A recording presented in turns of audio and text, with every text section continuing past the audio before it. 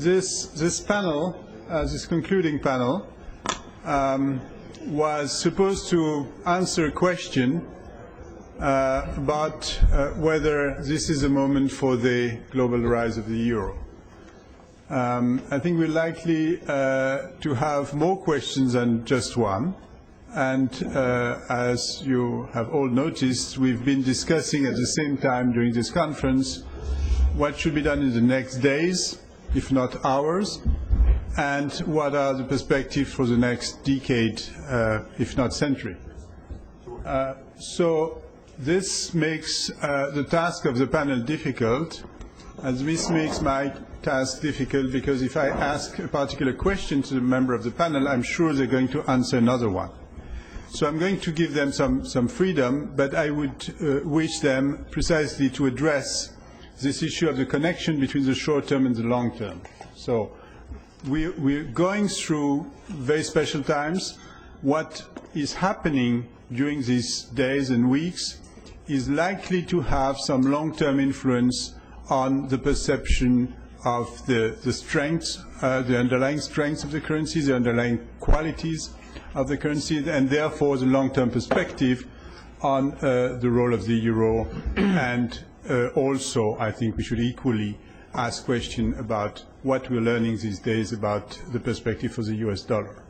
So I'm going to leave it there in terms of framing the discussion, again without much hope that I'm going to contain the remarks by the panelists in any effective way. So we have a very good panel, and I'm going to give the floor first to Antonio de Lecea, who is replacing Servas de Rose, because Antonio de Lecea may have to leave us also to go to some official meetings. He's Director for International Affairs at DG ECFIN of the European Commission. And at the other panelists, I would like him to keep his remarks initially short, between 5 and 10 minutes, so as to give time for the discussion within the panel. Larry's here? Yeah. Okay. Okay, that's good news. Antonio. Thank you, Jean. And again, let me apologize twice. Once on behalf of Servas that has been kept, with an important task. The second because, as Jean said, I will have to leave right after for another official meeting. And thirdly, because you heard this morning Commissioner Almunia, and of course you have learned much more from his intervention this morning than you will learn from mine. On the other side, I will try to depart slightly from what he said and provide some more personal views on the issue. Having said that, I must say I feel somewhat uncomfortable with the title of this panel, and this for two reasons. One is because the title, or the main question of the panel, has two implicit assumptions that I find questionable. The first one is that is that of global emergence. The reference to global emergence, in my opinion, needs some explanation. Why? Because the euro has already acquired an international currency status, a global status in some way, and therefore it's, in my opinion, inappropriate to call of it as a global emergence of the euro, when it is already the second largest currency in the world. The second reason why I'm slightly uncomfortable with this title is that is to link the current crisis to the future of the balance between the euro and the dollar, because the underlying assumption seems to be that there is room only for one currency in the world, so that there can only be one dominant international currency, and this is, we know, this is based on partly on history. This is also based on the concept of network externalities. But again, network externalities may play a role for some roles of international currency, but not for all of them. They may play a role for as unit of account. They may play a role as vehicle currency, but not so much, in my opinion, as currency of investment, including foreign exchange reserves, because there are other considerations, as were put today by other speakers, and particularly that of diversification. And again, as was put forward by other speakers today, if we look at one of the main determinants of the, an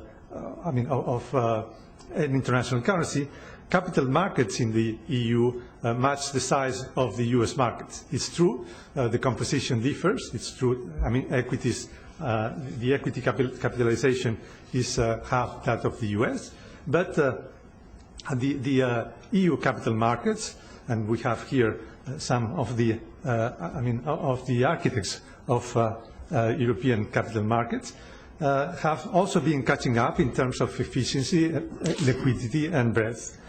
Therefore, I believe that rather than having a single currency as dominant in the global monetary system, we can have a bipolar system, and even in the future, there may be a role for more than two.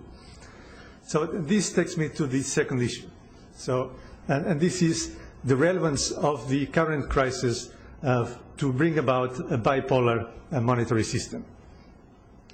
And in a bipolar world, I don't think that it is one single crisis that will determine the shift or the tilting in one way or another.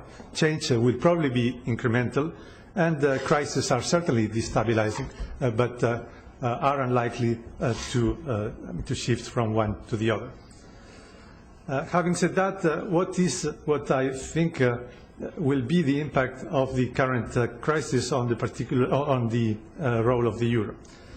Until now, the idea of crisis as triggering a possible shift from one to the other had in mind a very different type of crisis. And the crisis was that of an unwinding of global current account imbalances. As we all know, the argument went, the adjustment of current accounts would involve the depreciation of the dollar. Such a depreciation would expose the dilemma of those countries that hold a large amount of dollar-denominated reserves. By moving out of the dollar, they would stem the own valuation losses.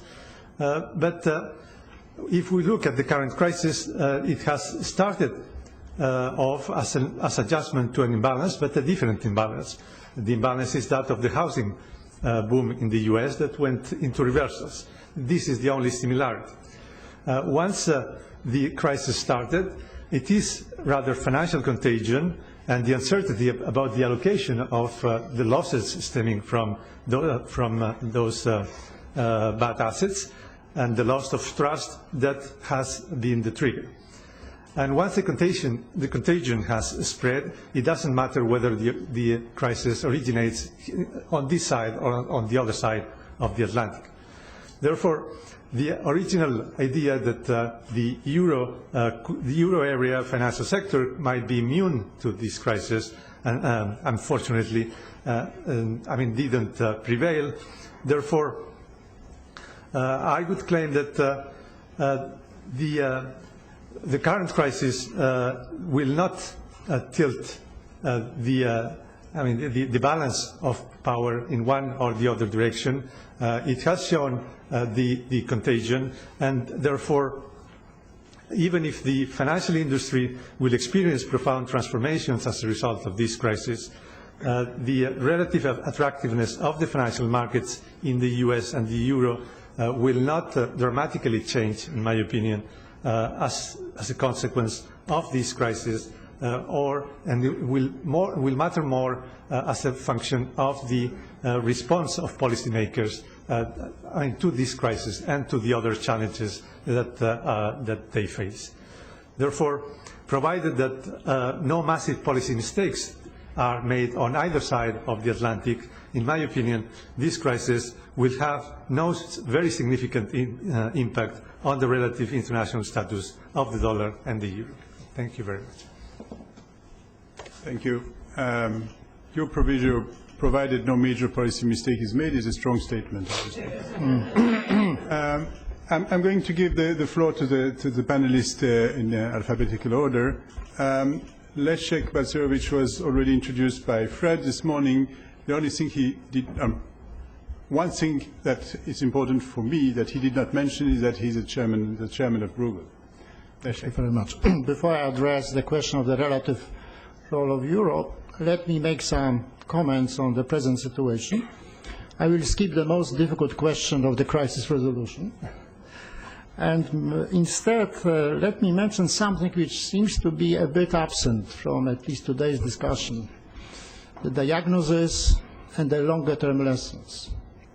There's a certain tendency to discuss the reasons of the present crisis in terms of insufficient or wrong regulations, errors of specific institutions, etc. I'm not denying these are very important reasons, but probably only partial and proximate. And the underlying reason would refer to the excessive growth of credit in some countries, especially the US, as was mentioned by many people. And one can come out with a formulation that the share of errors is a growing function of the rate of growth of credit. So if a credit grows faster and faster, sooner or later you have to have accumulation of errors and the consequences in the form of asset bubbles and the unpleasant consequences of the asset bubbles which tend to burst. Then the question is what has contributed to this excessive growth of credit. And again, I'm not going to be original. I belong to a group of people who think one should look at macroeconomic policies, especially monetary policy in the US. And this brings us a lesson when we think about the future. To what extent, in what form, the future monetary policy of the Fed, because Fed dictates monetary policy to some extent in the world, should consider asset price developments. I know it is a very disputed issue, but I don't think we can avoid a discussion about that. As a matter of fact, it started. The argument that you cannot fine-tune asset price developments is not sufficient to reject the general case that monetary policy should, at least at the minimum, not contribute to asset bubbles. So this is the first point. The second point, I remember participating in many heated debates about global imbalances. And the question was how this is going to end. Soft landing, hard landing, is it? Now it appears that we are focusing on the financial crisis as though it had no connection to the previous discussion about global imbalances. Perhaps we are witnessing not a very happy ending to the previously hotly discussed global imbalances, and perhaps we should link these two debates about global imbalances and the present financial crisis. And here, I think some very interesting issues which have not been, in my mind, sufficiently discussed. What was the respective roles, and interconnections, interrelationships between so-called global savings glut and excessively soft monetary policy? How did they interconnect? What was the dynamics of these two factors? So I just wanted to mention these 2 points.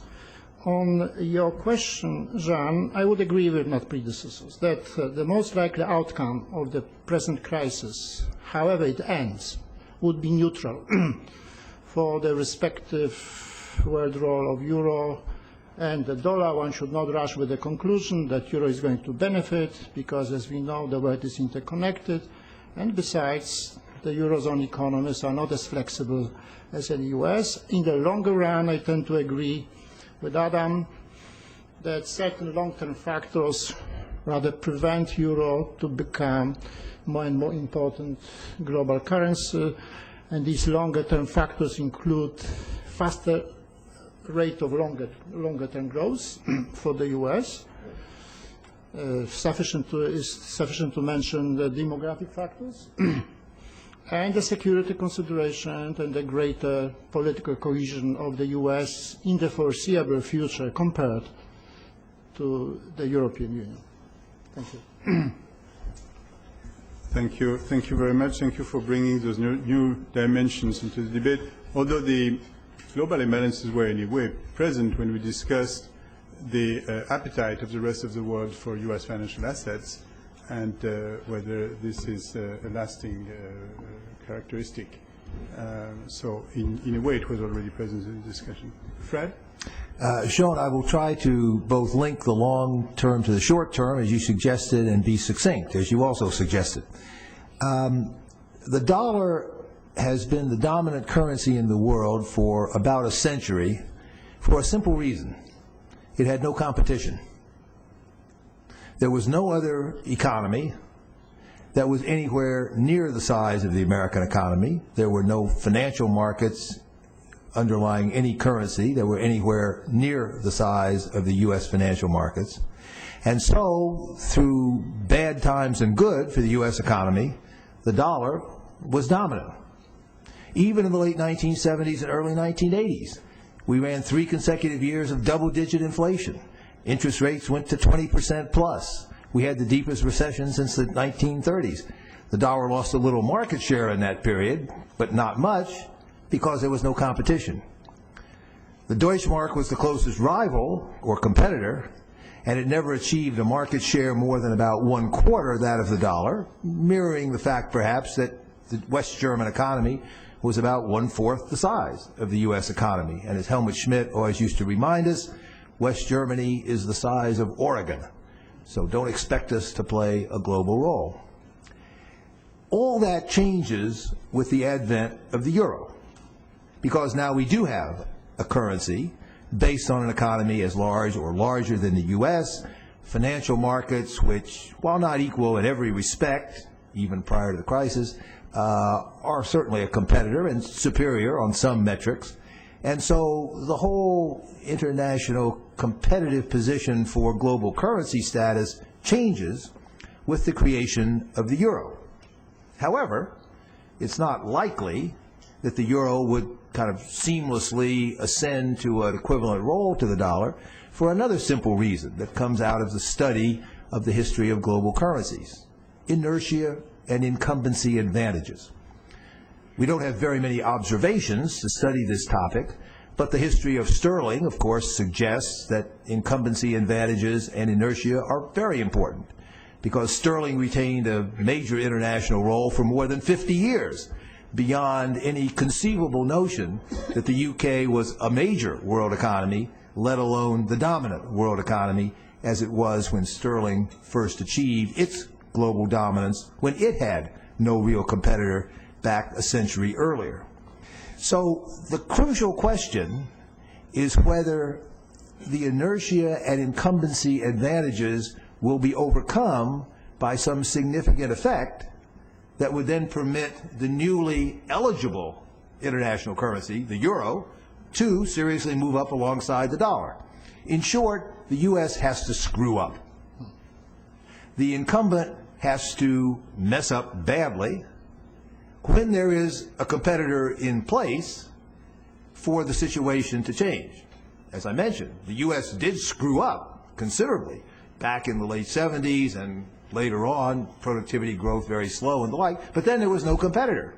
Now there's a competitor, and so the immediate question, to link to the short term, is whether the current crisis, originating in the U.S., at least so far, most profound in the U.S., is going to represent that screw-up that would open the door for the competitor to then ascend to a more or less equivalent position. Now, there are two responses, of course, to the question, if one wants to come to a conclusion that says, no, this won't change it very much. One is that the U.S. would recoup very rapidly. Yes, there's a crisis, but the U.S. comes back, responds quickly and successfully. Quickly, yes. Successfully, we don't know yet. But in short, recoups from the crisis in a sufficiently effective way so as not to lose global credibility, reputation, confidence, and the like. The other possible savior from a dollar standpoint in that sense is that the Europeans do as badly or worse than the U.S. in responding to the crisis. So, as Leszek suggested, there would be maybe no net effect at all. I can't answer those questions. Could make some projections, but I think the honest answer is we can't know. The interesting point, I think, is the following.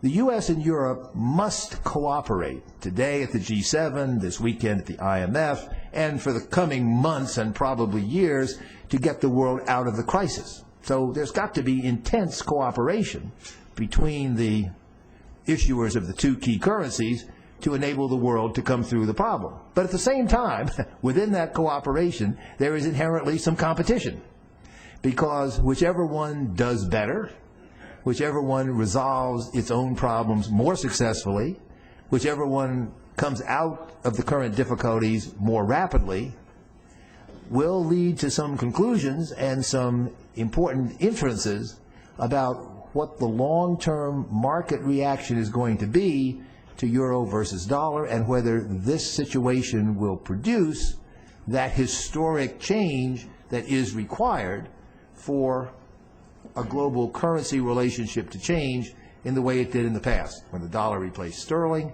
and now where at least the potential exists for the euro not to replace the dollar, but to move up alongside it into more or less equivalence and a true bipolar monetary system.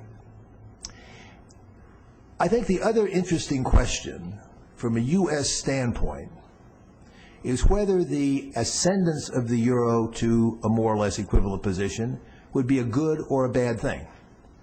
Adam earlier implied it would be a bad thing. He noted that if Taiwan or Korea or some big dollar holder ever thought about moving off the dollar, the National Security Council guy would be out there telling them to hold on. Well, that might be an accurate prediction. We've certainly seen it in the case of Saudi Arabia from time to time over the years.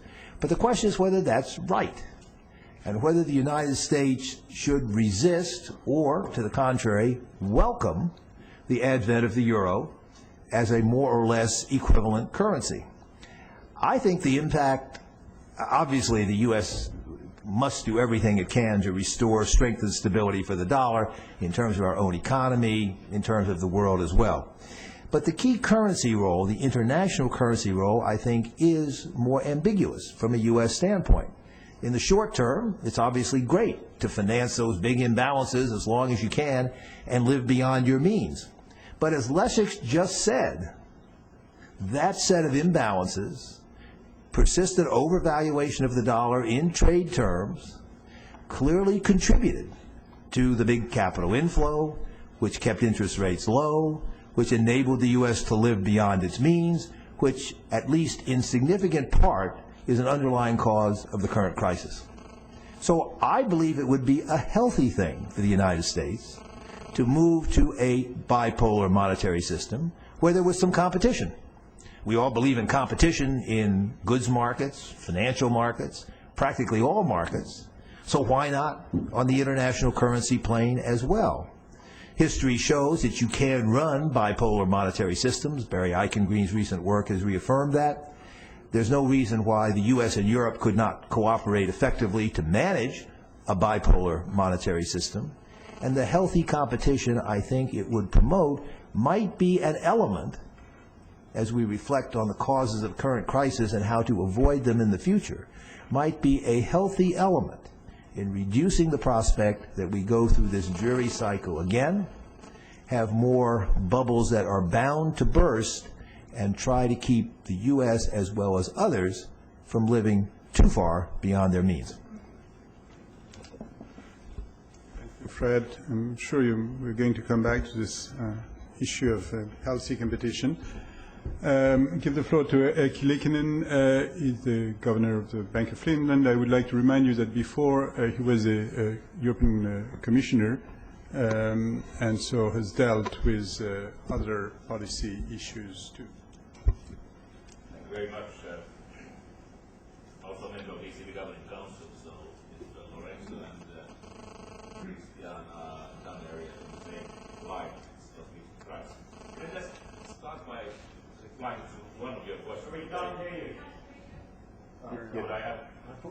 Okay. Can I just start by replying to one earlier question which Fred put here to panel? He asked that why have there not been any, let's say, grand design or clear plan of decisions we have been taking during these last few weeks? I'm afraid that it takes some time to get that. When Rick Mishkin went back to Columbia from Fed, and he will re-edit his book on banking and finance next autumn, it will be the most profound re-edition in that field will happen. But just tell you also the concrete issue, like what happened last Wednesday when we took coordinated rate, the decision of coordinated rate cuts together with other central banks, and then the ECB later took a decision on the implementation of monetary policy. Of course, we should have informed that parallelly, but it's extremely complicated at the moment because you need to follow one rule where informing the same way about rate cut, and then separately we should communicate on the implementation, because that implementation decision was critically important and missed by many. That from this on, the banks have a chance to have liquidity with full allotment at the fixed rate, which is our policy rate, which means major change for liquidity issues. But I don't come back to that more. I just want to go to this international role of the euro. Fred said that he's seeing this kind of possibility of bipolar world here. I would say I'm quite agnostic on this issue. I think we should not promote euro. Euro's international role will reflect economic development of Europe. That will be the case. Christy Forbes from MIT and Dina Goldbeck from New York Fed presented this issue pretty well. It shows actually how broad cooperation we have because they used our data and documents as the base of their presentation. I share that fully. Second, of course, we are now in the middle of the storm, and the challenges are especially high in the United States of America. Still, after this all, I expect the dollar to remain a safe or last resort. I don't know whether Adam's point is correct, that it's due to the foreign security policy position of the United States, because I'm not in that business, and actually my country is more known for peace and reconciliation, as you have heard today, because Martti Ahtisaari has got the Nobel Prize, Peace Prize today, a great friend, former President of Finland, so I pay high tribute to him. Finally, the merits counted. But then, what are critical issues for the international role of euro? I think it's the economy, the size and dynamism of European economy. Second, the financial market developments. And third, how we organize our supervision in the developing financial markets. First, on the European economy, critical issue is how we can promote growth, how we can implement structural reforms, how can we increase competition in product and labor markets. If these reforms, which are known as Lisbon targets, will be implemented, there will be more growth, more productivity, more dynamism. And that will be reflected also in the sense that there will be more interest in investing in European equity. There will be this kind of return-chasing element which was mentioned here earlier. So I think that's first and critical issue. Second is then the question about financial market developments. Of course, we have advanced quite a bit in Europe, but still European financial markets are not ready. We need deeper, more integrated, more liquid financial markets. ECB actually is contributing to that development now by trying to create one uniform infrastructure for a settlement in Europe. It sounds very technical, but the key issue now in securities markets is that cross the border transactions are extremely expensive, but 4 to 7 times more expensive than here. To be able to open that bottleneck, you need to have common infrastructures and a lot of competition on the basis. So if we get, and when we will get deeper, more liquid financial markets, which can also develop then assets for investors, I'm sure the role of euro will be also strong. Finally then on the financial crisis, Ken Rokov made a paper some time ago about financial crisis, and he spoke about big five there. There have been big five crises. It was the first time when I heard that Finland, Sweden and Norway are big countries, because these three had crises in late 1980s, early 1990s, and when we follow this discussion today, sorry to say that all these issues are well documented in our literature. When you get out of the problem, you need solutions for equity. You need bad bank to win time for bad assets, and you need also bank guarantees. The problem in Europe is the following. Some people say that why don't you solve that in European level? First, we were serving in the same commission with Britain, who is here. I was commissioner for budget. The ceiling of budget is 1.27% of GDP. It's small, but it's still extremely controversial. Maggie Thatcher became famous when she wanted her money back from that small budget. So there are no financial resources to solve that in European level, first. Second, if you need to put taxpayers' money to a bank, taxpayers' money, either into equity or to whatever purpose, it's extremely difficult to justify to do it across the board. So it always, taxpayers must know it's targeted to the territory where they are liable. For that reason, I don't expect that European level solutions for injecting equity or creating guarantees are there. Question then remains that how could you anyhow harmonize the practices? Now we have seen the problem that when countries faced with the banking crisis, they need to act in their particular circumstance. The problem, of course, is that after they have acted, they come to European ministers that you should do as we have done, as we have some examples. It doesn't work. How better way would be that we would be able to define the basic criteria beforehand, and all people would follow the same rules. But it hasn't happened this way. But we are not terribly far. These three elements which are in British plan and others are the same which will dominate in all plans. Also, by the way, in present discussion in America. But what happens in Europe is that after these, let's say, solutions which use money, taxpayers' money have been done, they must submit all these to the European Commission. Because we have strict rules on state aids. And that was, Sir Britain was running that area, so that the state aid rules allow Commission to attack on any state aid which distorts competition within European territory. So there is not ex ante harmonization, but ex post scrutiny will take place so that they can't distort competition there. But of course, I mean, it's unpleasant sometimes if you go too far and you must roll it back, but that anyhow happens. In future, I hope that we create solutions which are like frameworks which we can use in potential cases. Finally, I want to conclude just by saying that for us just to imagine that we had met this crisis with separate independent currencies in Europe. I was in Brussels in 1990s where we had these huge tensions between currencies. The internal market was about to be broken up because people couldn't accept that 15-20% differences of exchange rate took to take place overnight. So it's inconceivable. But I think that whatever people think about the European project, there's wide recognition today that the economic and monetary union, euro, has been a major pillar for the basic stable conditions in our economy. Thank you. Thank you.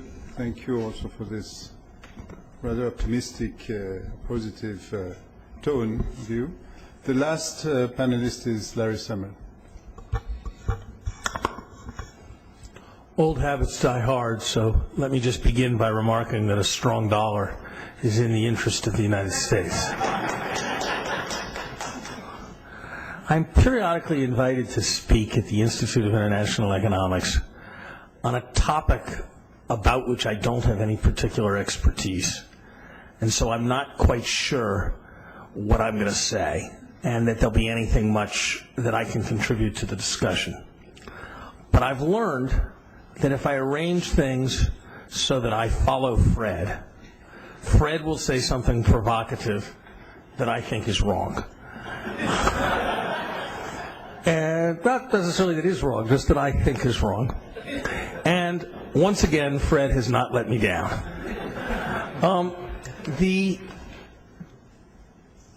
is my view that the United States is best served by not conceptualizing itself as in competition with the euro. That if we run our economy well, if we manage our currency well, life will work out okay. If the share of reserves moves over time, it will have moved over time. And in general, I don't favor a U.S. strategy of seeking to assert with great force the primacy of the dollar. And so in that sense, I agree with Fred. Where I have difficulty with his argument is the notion that somehow currency competition is to be actively encouraged by the United States so as to discipline itself, which reminds me of a particularly exotic doctrine in the field of automobile safety. The suggestion that if only daggers were placed in steering wheels, people would find it in their interests to drive much slower, and then there would be many fewer automobile accidents. It is a notion that has a certain logic to it, but not a notion that is usually accepted. And in the same way, to seek to create a situation where we will do damage to ourselves by doing the wrong thing, and therefore we will do the right thing, seems to me to expose us to much more risk of ill consequences than gain, than potential gain. My guess is that as the world plays out, it will prove to be the case that currencies like languages involve extremely important elements of coordination. I think that's the reason for the incumbency advantage that a number of people have talked about at this conference, and I think that's fine. To have two currencies trying to be in complete equipoise seems to me to risk quite substantial instability as things rush from one direction to the other. None of this is to say that the United States should seek to thwart the euro. My guess is the world will tend a bit to, as was suggested earlier, to maintain the strength of the dollar unless, and the primal role of the dollar, unless we screw up quite badly. And that's a fine outcome. If we screw up, that will be very unfortunate. Beyond that, I don't think we should be we should certainly be supportive of the European Monetary Union project, but the notion that we actively profit from a kind of knife edge to deter us from bad conduct doesn't strike me as being a healthy one. I think we will know much more 18 months from now about a question that seems to me to be central for thinking about many, many monetary and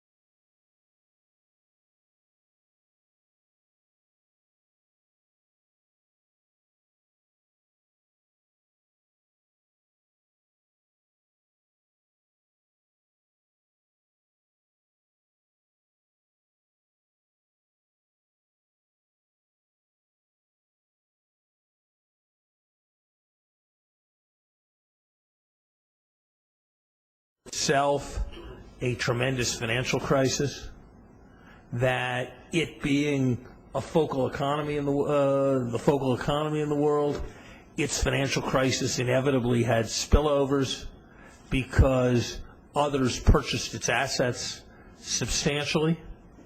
And so America is the epicenter of this financial crisis. The financial crisis has unfortunate fallout. The lessons to be learned are regard various of the dysfunctional features of American financial practice and American financial regulation.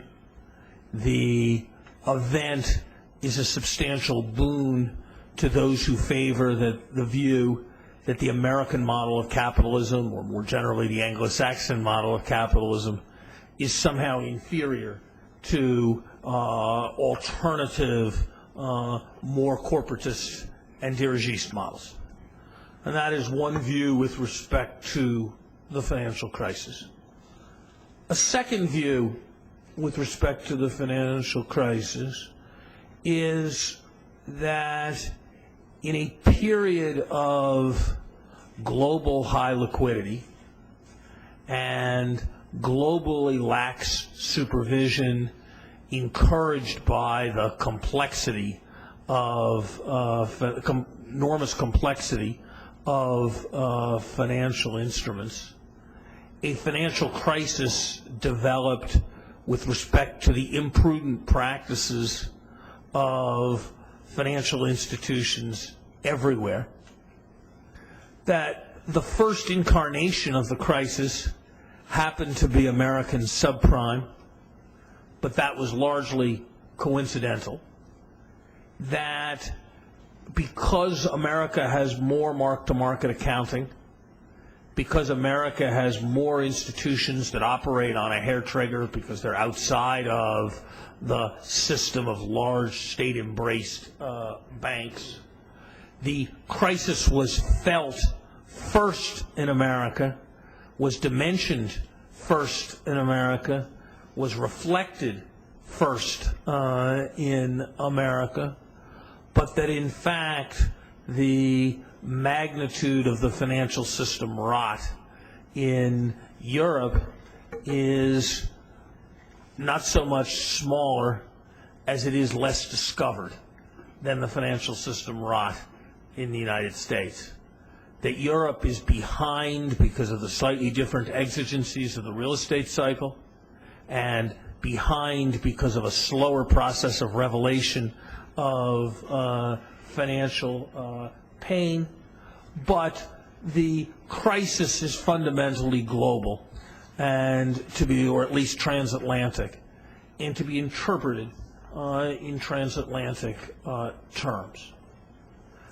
I don't know which of these views is right, or more accurately, I was always educated by Ted Truman when he worked with me that my habit of posing things as dichotomies was always wrong, because the truth always lay somewhere in between.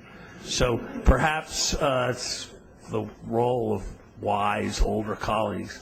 And so perhaps the right way to frame the question is less as which of these views is right, and more where along a spectrum should one see this crisis between made in America and exported a bit, and global, first discovered and first attacking in America.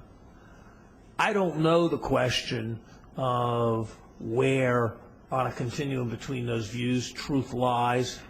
If you live on the European continent, you tend very much to the view that it was more made in America.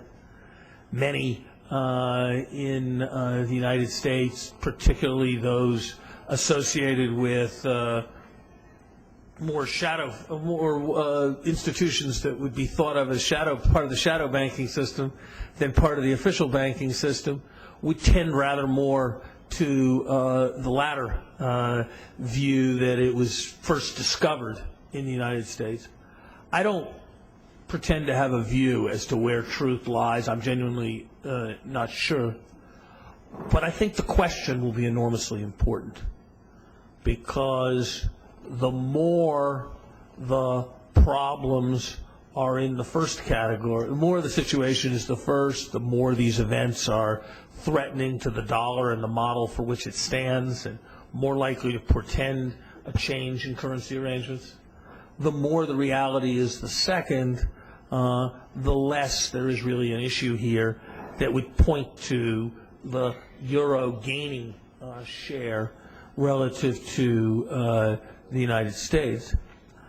I think it does bear some emphasis, and George and I were passing little notes, and there's a little bit of lack of clarity, but I think he would agree with the following statement.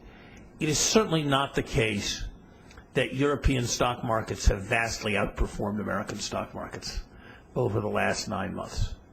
I suspect that depending on how you choose your dates, they may have outperformed, American stock markets may have underperformed a little bit, but the same is much closer. And if one had simply said a year ago, look, America's going to have a huge financial crisis. Bear Stearns is going to go down, Lehman is going to go down, AIG is going to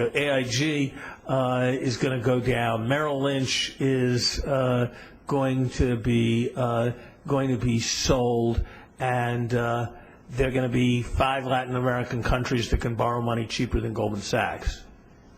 If one had described that outcome and then said, how will the U.S. stock market do relative to the European stock market? It would have seemed like the answer to that question would be obvious. And yet, the fact that it isn't so does, I think, make one wonder how much of this is an export situation and how much of this is a global situation. Certainly also the rather dramatic movements in the dollar vis-a-vis the euro over the last 2 or 3 months point in the same direction. So I would throw out as a discussion, as a topic for discussion by others more knowledgeable than I, where the truth between these two views lie, and only suggest with confidence that when the answer to that question is understood, it will, I think, bear on the future of the dollar and the euro, and it will also bear on the ways in which different economic systems are assessed, a question that's likely to be correlated. Thank you very much. So we have 2 controversies, one that you have with Fred and the other with yourself. I would wish to give the other panelists an opportunity to react on those 2 controversies. Leszek? Well, first, I don't think it helps to call something global, because global is everything. Global means something starts, is concentrated in large countries. So which large countries have the largest imbalances? The US. Second, if you call something global, then there's a danger that one overlooks differences in macroeconomic policies, also regarding small countries, and the consequences. So compare, for example, Iceland and Malta. Both are very small, but so far the macroeconomic performance differs very much, because it was quite easy to see that macroeconomic expansion and macroeconomic policy, even in very small countries, matters. It matters. No, it does not. It matters for itself. It does not matter for other countries, because it's too small. So we have to come to large countries, and we should not just speak global, because I don't think it's very informational. So global starts somewhere. It starts in large countries. Which large countries are subject to debate, but you should not overlook the differences in macroeconomic policies of large countries in last years. Thank you. Who else, Fred? I was delighted, Larry, to tee things up for you to come back with some vigor, as you always do. I can't resist coming back to you by simply noting that when you said that the United States should not seek to subject ourselves to currency competition. It did sound a bit like a former and perhaps future Secretary of the Treasury speaking. But I was basically pleased because I think we agree. I mean, you said the U.S. should not seek primacy for the dollar. The U.S. should not seek to thwart and increase international role for the euro. We should indeed support the euro project. That's what I was saying. And in a sense, let the best currency win. I certainly did not say that we should do damage to ourselves in order to promote a bigger role for the euro, nor did I advocate for a complete equipoise, in your elegant term, but rather to say that within this framework of necessary cooperation, which we've had in many areas for many years and will have for the indefinite future, and certainly have to come out of this crisis, there will be an element of competition. And as you said in posing your dichotomy, it's really going to be a judgment matter that the markets and world opinion as a whole will develop over the next several years as to how we both do coming out of this, and therefore in part in understanding how we got into it. So I basically am encouraged. I think fundamentally we agree on it. We're both agnostic as to how it's going to come out. I guess the difference would be that I have greater equanimity about the prospect that on this particular criterion of international currency roles, a bigger role for the euro might actually be a healthy thing, especially for future secretaries of the Treasury.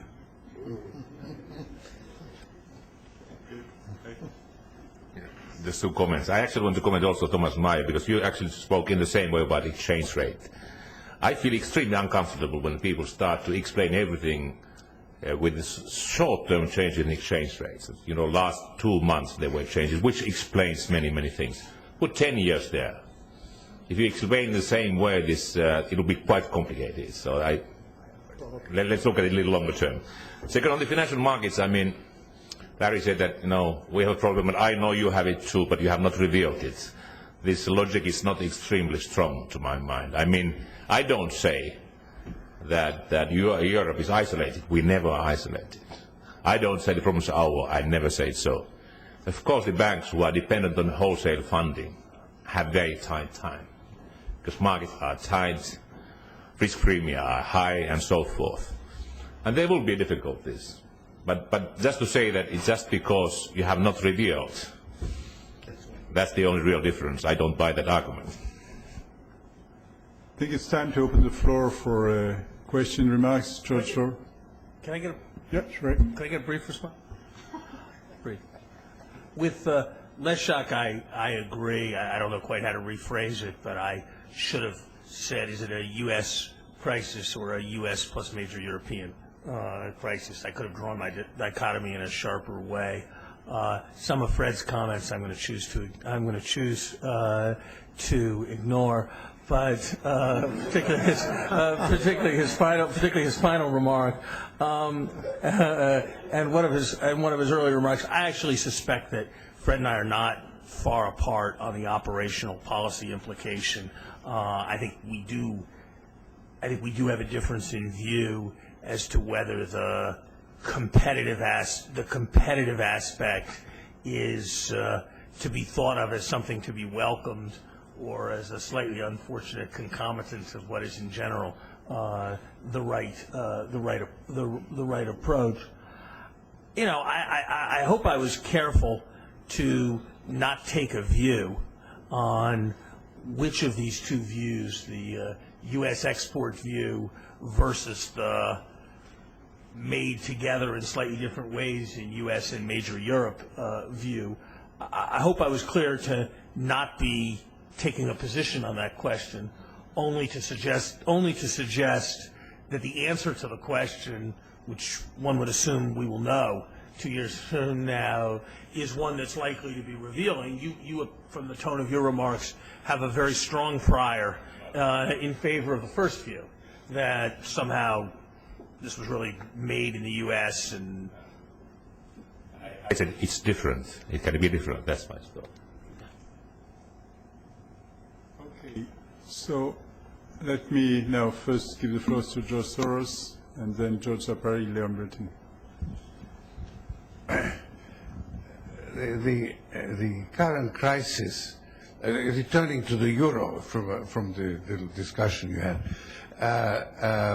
the current crisis has revealed a fundamental flaw in the design of the euro, which only Mr. Liikanen mentioned. And that's in a crisis, this bailout situation. There are certain things that the central bank can do, and there are other things that the treasury has to do. And in the case of the euro, you have a central bank, a common central bank, but you don't have a common treasury. And that issue has come to the forefront now when there's a need to effectively underwrite or rescue banks. And that is, that obviously different views. France and Germany prefer to do it on a national basis. The smaller countries that are weaker would like to do it on a European basis. How this issue is going to be resolved will have, I think, a major influence on whether, on the future of the euro, in fact, and certainly whether it is qualified to be a international reserve currency. Now, I think it's been one of the factors that has played into the fluctuation in the value of the euro, because it's very hard to know exactly why currencies move the way they move. There's certainly the more pressing issue is the shortage of dollars. The euro became, in fact, overbought in the early stages of the recession, which started in the U.S. And in fact, the decline of the dollar was the way in which, let's say, the economic slowdown was transmitted to Europe. And now that the financial crisis became again more severe, there's a really pressing shortage of dollars among European banks. Who they have to pay tremendous premiums for it, and that is the other factor that has accounted for the move in the euro. Thank you. Thank you for asking again. That was my initial question about what we have learned during this crisis about the governance of the euro area and what are the long-term implications. George? Thank you. This is a question to Erkki, Liikanen, and in fact it's a follow-up to what George Soros had just mentioned. You mentioned that when it's a taxpayer money, the territory counts and you cannot go cross-border. Now, my question is, what's the implication for the subsidiaries? As you know, in the new member countries, in Central and Eastern Europe, 70 to 100% of the banks are subsidiaries of essentially European EU banks. Now, take a subsidiary that is very well run, well capitalized, very low level of non-performing loans. It's doing well, but its mother company, for one reason or other, messed up and has a problem, and because of that, there is a run on the subsidiary. Now, it will be this subsidiary's country, taxpayers, who will have to bail this out, even though it hasn't done. On top of it, in Europe, the subsidiaries provided the major profits of this bank because it has been very profitable to do banking business in Central and Eastern Europe because there has been a very growing market. So what's the implication of this for the future of cross-border banking? Will there be a backlash against subsidiaries in those countries if it happens? I hope it will not happen, but I'm asking a question whether you have any comment on that. Thank you. Third question, Leon Bergsten.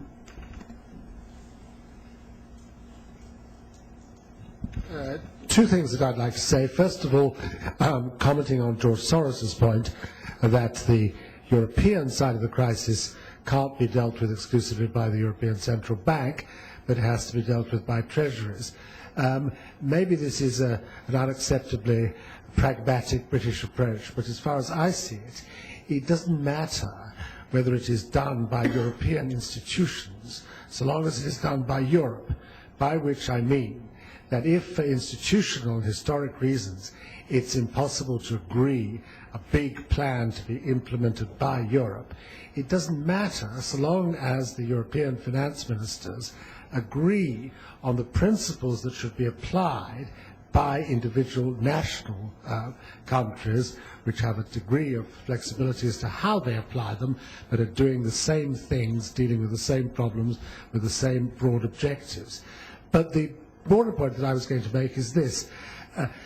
Underlying the theme of this about the euro replacing the dollar or not is not entirely shared by everybody on the panel, but the framework of the discussion implies that it's a good thing if your side wins, as it were. Larry said he was in favor of a strong dollar and recited that in a slightly mantra-like fashion at the beginning of his remarks.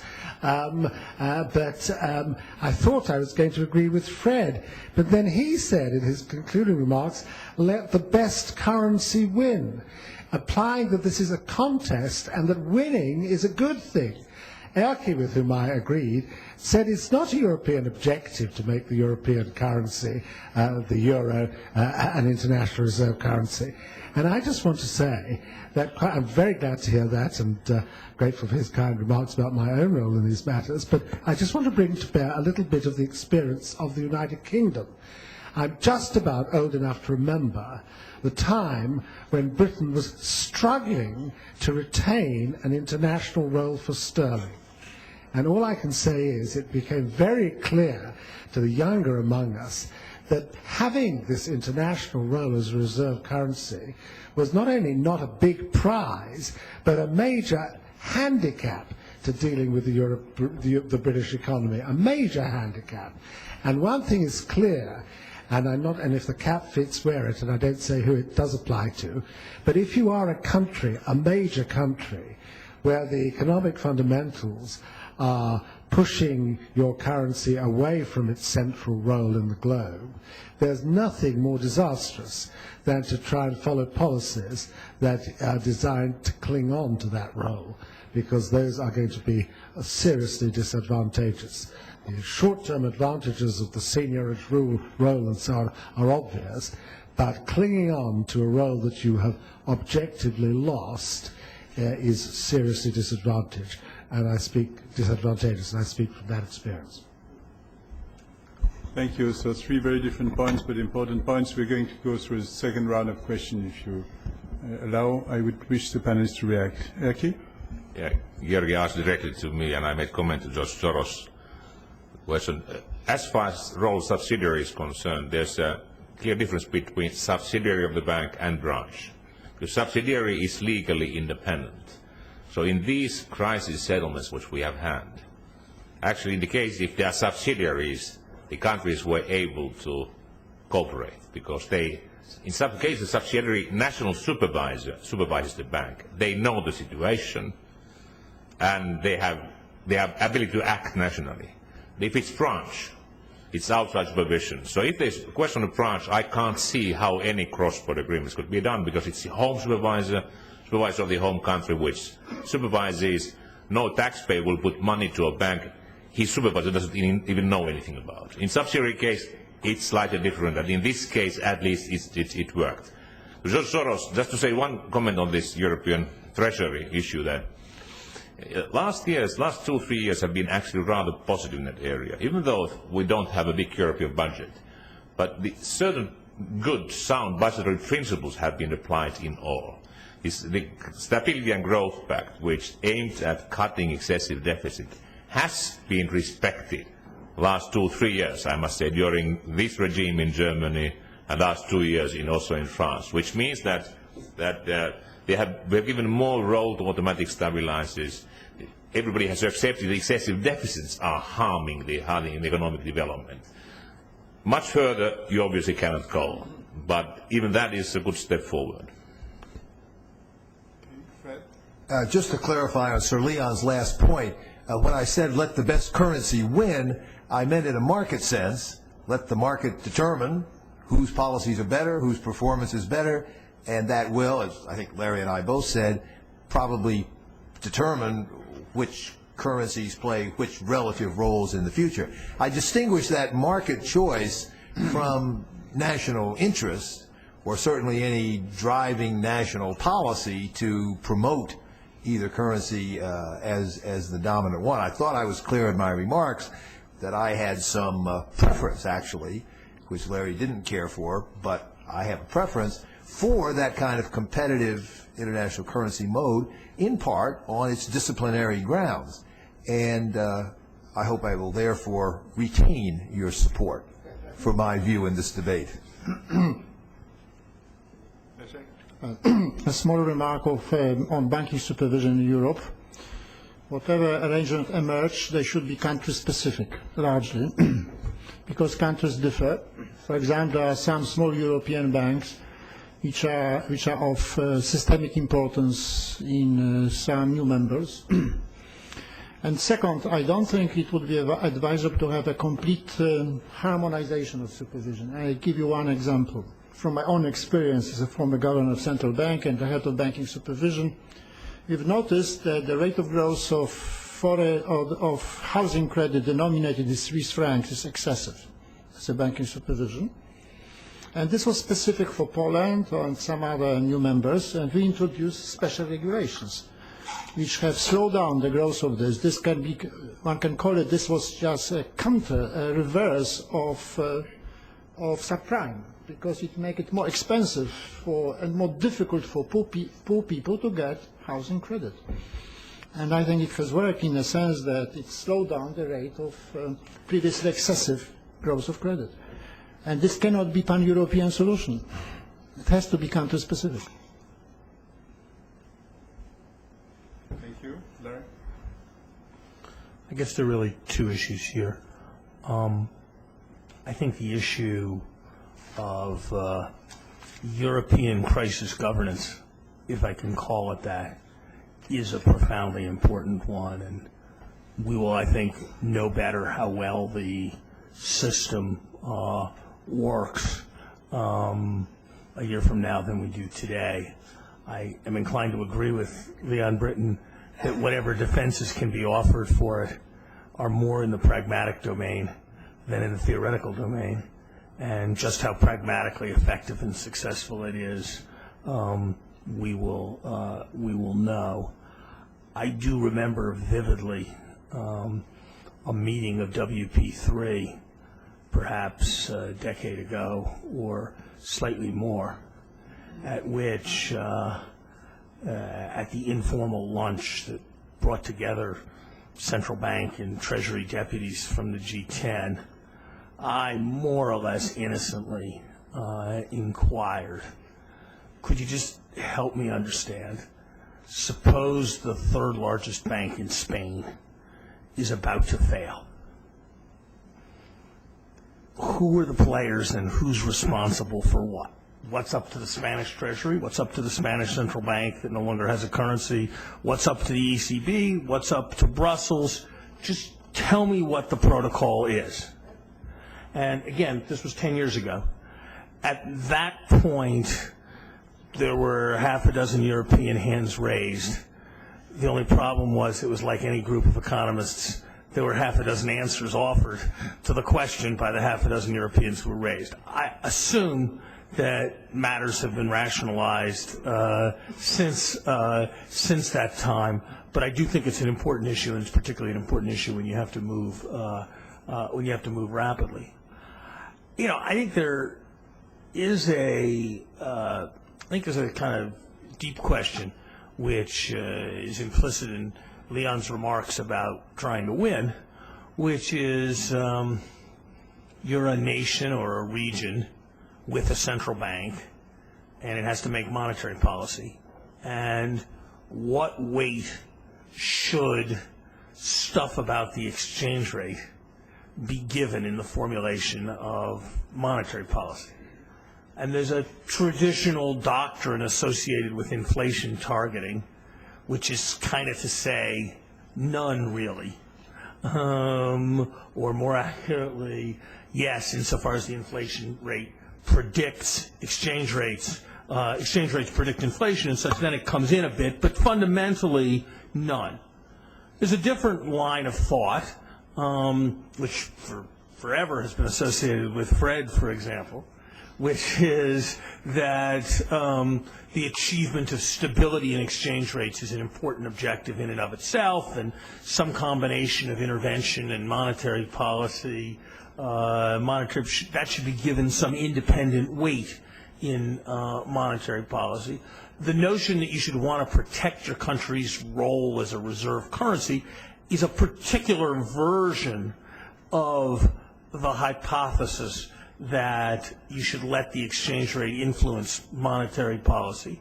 It occurs to me that another argument for the position that I was taking is if you believe that basically it's better for monetary policy to focus on the real economy and perhaps asset price bubbles in the real economy, then an excessive fixation on currency competition could in a variety of ways lead to the monetary policy instrument be devoted to the exchange rate, and that might be unfortunate. On the other hand, and maybe this is why we have the argument we do, if you have Fred's view that it would really be better if monetary policy was in general more attentive to exchange rates, that would be another reason why you would become more enthusiastic about the competition. Can I just respond, because that's an interesting analytical question that Larry raises. I think the problem with linking the desire, if one has it, to protect or enhance the international role of his currency and the exchange rate is that the sign is ambiguous. It's unclear. Suppose you wanted to promote the international role of your currency. Does that argue for appreciation of your currency, which could, on the one hand, help you fight inflation, and if people thought it was going to continue to appreciate, would attract them to buy it? On the other hand, if you let it get overvalued, it might lead them to sell it, and that's not so good for your currency.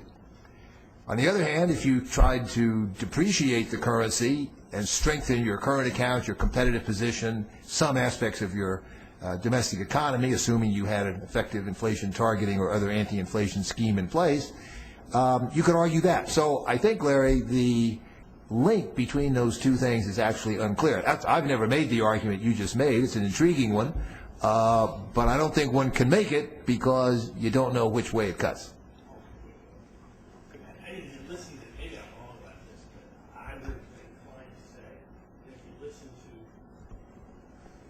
That's a relief. Ted was going like this, which either meant that I should push my mic, or that in his view I was about to say something stupid and I should stop. So it's possible, of course, that both are true. I note that Ted is nodding.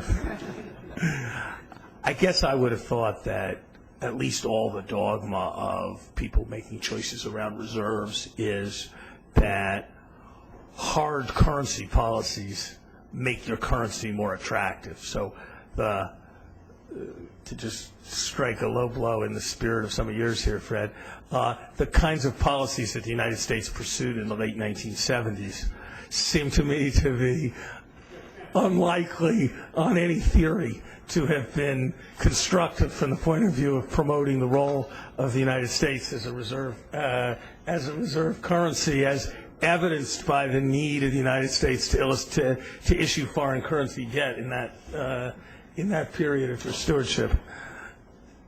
Okay. Though I noted from my experience of that period that despite all those terrible things we had to do, the dollar retained its international dominance almost without change. We knew that there was no competition, Larry.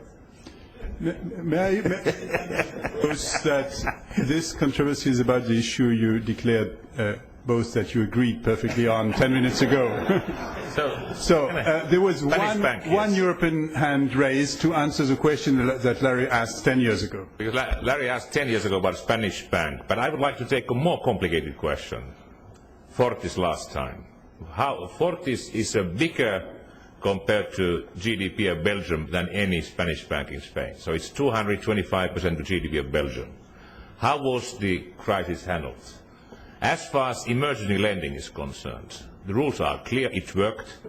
Central Bank of Belgium makes a proposal to ECB Governing Council, who decides after certain limits. It was decided same day, Sunday.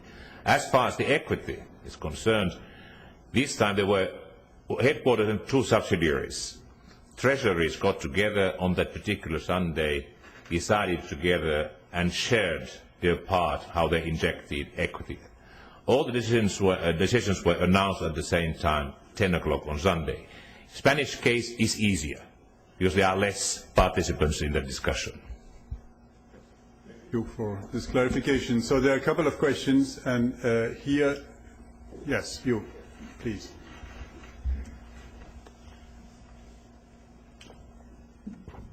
Onno Wijnolds, the permanent representative of the ECB here in Washington. I have a brief comment and a question for the panel. The comment has to do, again, with this competition of reserve currencies. I'm just going to repeat the doctrine of the ECB for you for a moment. Yeah, okay, thanks. And that is that the ECB does not actively promote or discourage the reserve role of the ECB, the international role of the ECB. So no prestige considerations, no political considerations there. It is the markets that will decide, and whether you want to call that certain kind of competition. Now, my question has to do with the nature of the ongoing crisis. There will be some very interesting remarks about this, and Larry Summers talked about the crisis being of a global nature. What is global was also a riposte. Well, my point is it a matter of Europe and others being innocent bystanders, or is it and being mainly contagion, or is there also a big homemade element there? That is the I think the dichotomy there. And I want to point to one particular incident that I think has pointed to a not an unimportant element of contagion. Of course, I'm sure there's homemade elements everywhere. But this is the Lehman Brothers case. Lehman Brothers was allowed to go under, and we do see in certain market indicators a very strong reaction by markets to that incident. What is the view of the panel? Was that a correct decision, or do you see it as a problematic one, and also as having promoted the contagion of this crisis? Thank you. Alexander Svoboda. Thank you.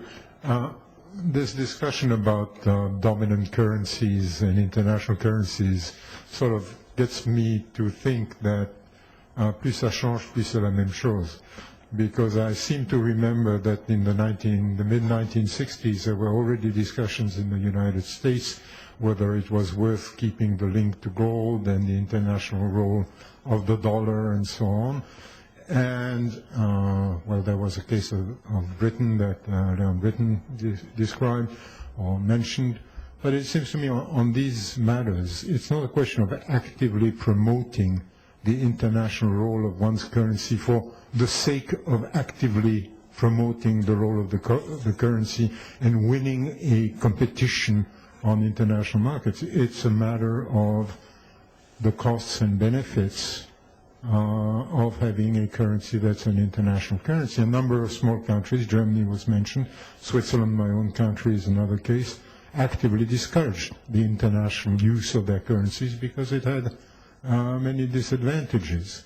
So I think you decide you want a strong currency or you want a good, deep, resilient and broad market for your currency, which encourages, for your assets denominated in your currency, which encourages the dominant role which encourages the use of your currency in markets, and that contributes quite naturally to your currency being more used as an international currency. But it's not a political decision, I want my currency to be a dominant one. And if Britain was trying to retain it, it was partly because it was very much afraid of what would happen if the Commonwealth dumped British reserves, what would happen to the British economy. It was not, I don't think, because it wanted to maintain the empire. Thank you, Ted Truman. So I have a prediction. Larry and Fred will never be able to settle this because they'll never be able to agree what win means. I think one of the points this contest, I think one of the points of the earlier panel at this conference was actually there are lots of different dimensions of, say, of an international currency, and you could have your own scoreboard, but I suspect no two people ever agree on what winning means. So and the good news, therefore, is that they can argue forever, or maybe they can stop,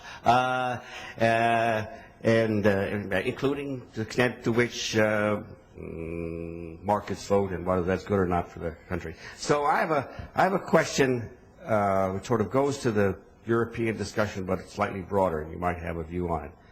And it was raised in part by the discussion about subsidiaries in Eastern Europe.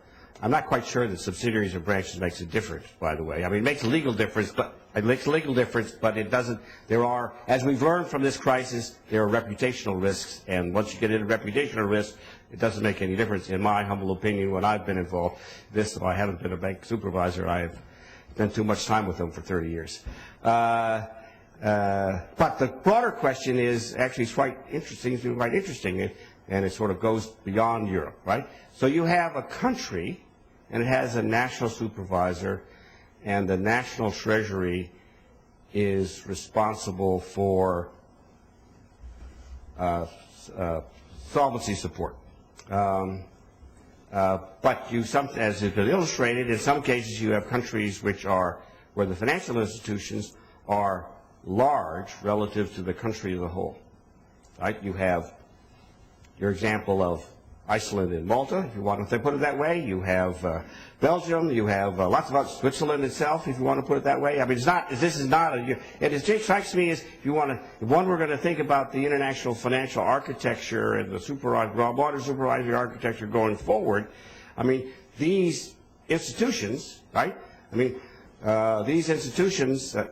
Iceland is a tragedy, right? But it's a tragedy. You said it's a tragedy for Iceland, right? But if Iceland were the size of Germany, right, and had comparable institutions, relative to GDP, it would be a problem for everybody. So it actually is an interesting question. If you're going to insist on principally national supervision and principally national treasuries to do the solvency operation, if I can put it that way,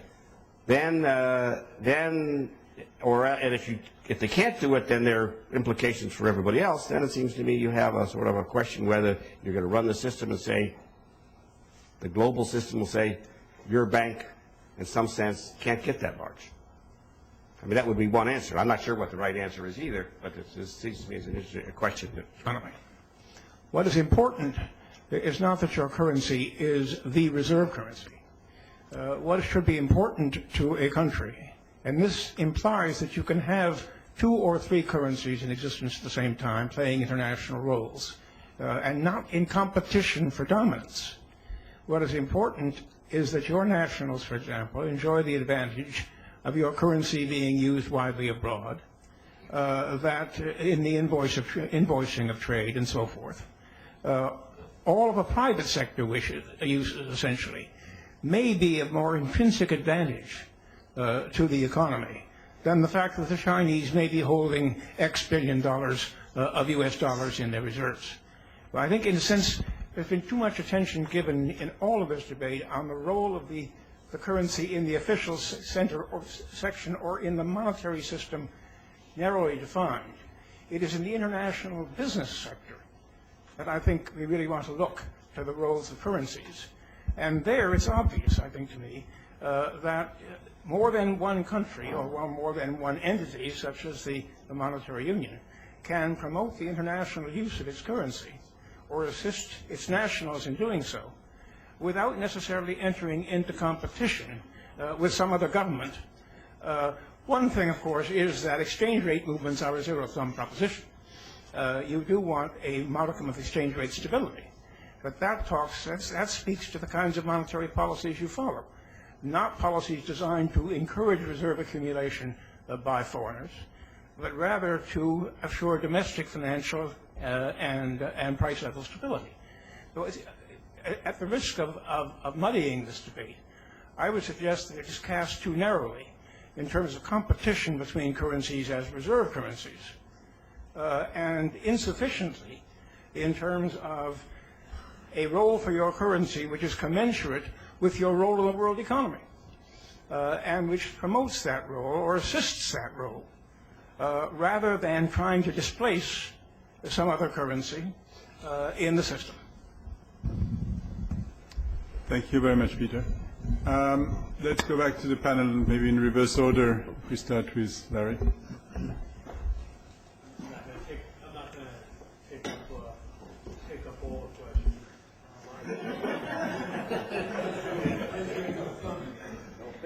I'll just take to comment on two things, I think.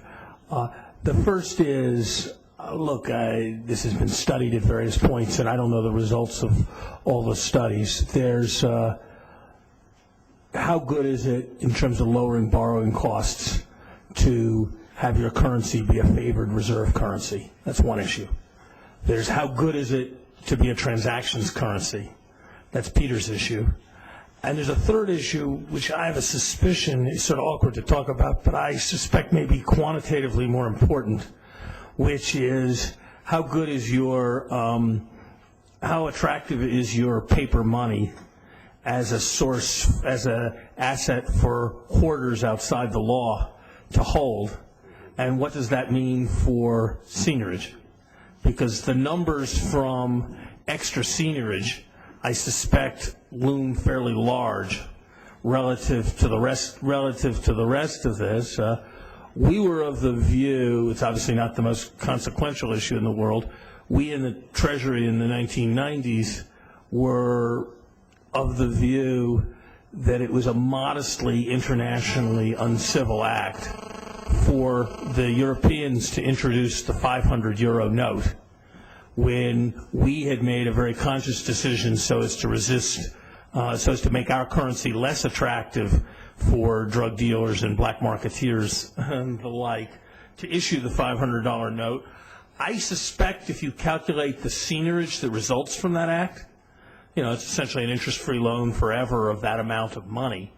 I suspect $100 billion or so, that $50 to $100 billion that can plausibly be attributed to that will loom pretty large relative to some of the other numbers that one calculates in this area. Let me leave it at that. I just want to comment, Ted Truman, on two critical questions. You put the question about the size of the country and size of the balance sheet of the bank. I think it's a serious question. I mean, I've been very closely following the Icelandic tragedy, as you said. They have branches and subsidiaries in Finland also. The balance sheet of the banks was 10 times bigger than GDP.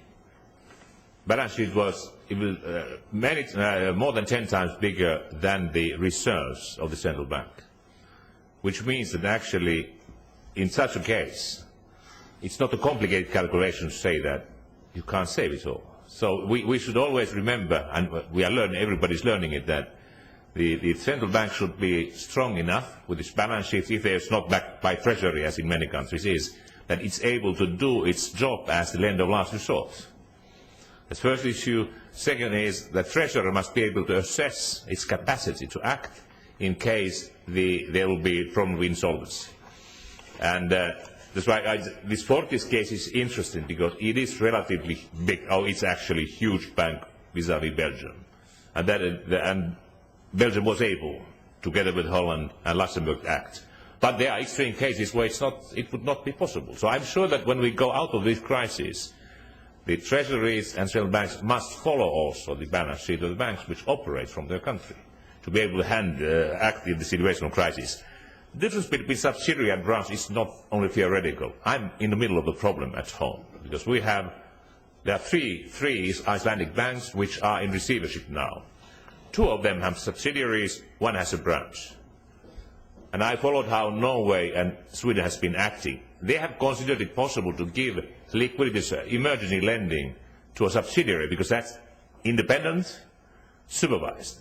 But to give emergency lending to a bank which is not supervised, not registered in a country, doesn't work. So there are concrete differences between those two structures in crisis situation. Let me just close with 2 empirical and hopefully not very provocative points. Peter, I think, rightly noted the distinction between the private or vehicle currency use of a currency and its reserve currency use. Historically, there's a pretty high correlation between those 2 different uses. I don't think there's a strong theoretical reason for that, although there is some logic that links the 2. But they've always been pretty parallel. So whereas I think you're conceptually right, I don't think it leads to a big difference in terms of one's judgment on the impact of the international role of your currency. If you get one, you get the other, and you have to look at them as a package. The other is on Larry's point about the gains from seniorage. If you're right, Larry, that the gains are as much as $50 to $100 billion for, say, the EU by issuing those mafia-friendly notes, it still doesn't necessarily swamp the other effects of your currency, the international role of your currency. It depends on the answer to the question I posed earlier and Leszek posed earlier, the extent to which the international role of your currency has an important measurable impact on your domestic economic outcomes. And again, that's back to the provocative point. If the international role of the dollar was an important factor in promoting the imbalances, promoting the huge capital inflow, promoting the low interest rates, excessively easy monetary policy, promoting the mispricing of risk, if all those things were at least in significant part affected by the international roles of the dollar, then the quantitative implications could swamp any seniorage gain or loss. Now that's an if, because we got a lot of controversy over that analytical linkage, but I think it's those kinds of comparisons that would have to be made, and judgmentally so at the end of the day, because there's no definitive answer, but I think that would have to be part of the equation as to whether you thought it was a good thing or not such a good thing for your currency to play a big global role.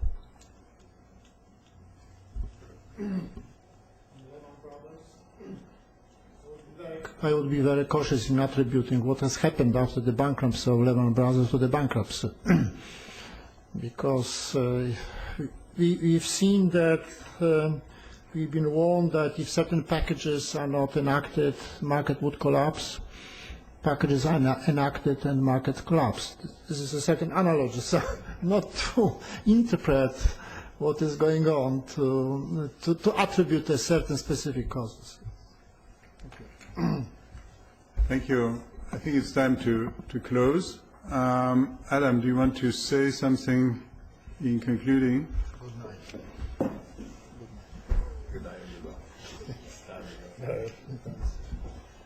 It's nap time, I assume. So let me just make 2 points. First, thank you to everyone who participated in the quality of the discussion we had, and to our closing panel, which was very generous to take time to do that, and to the staff of the Institute, who unfortunately don't get to hear this with the full audience here, but it could not have happened without them, so we're very grateful. And one substantive point. 5 years ago, we held a conference in this room. I edited a volume on the euro at 5, then also with the support of the Commission. And the Euroscepticism in the U.S. remained a significant factor at that time. And we had to sell the idea that the euro was succeeding. 5 years later, that is no longer the issue.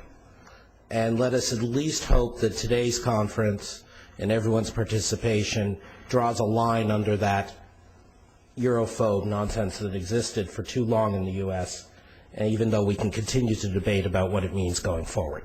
Thank you all very much.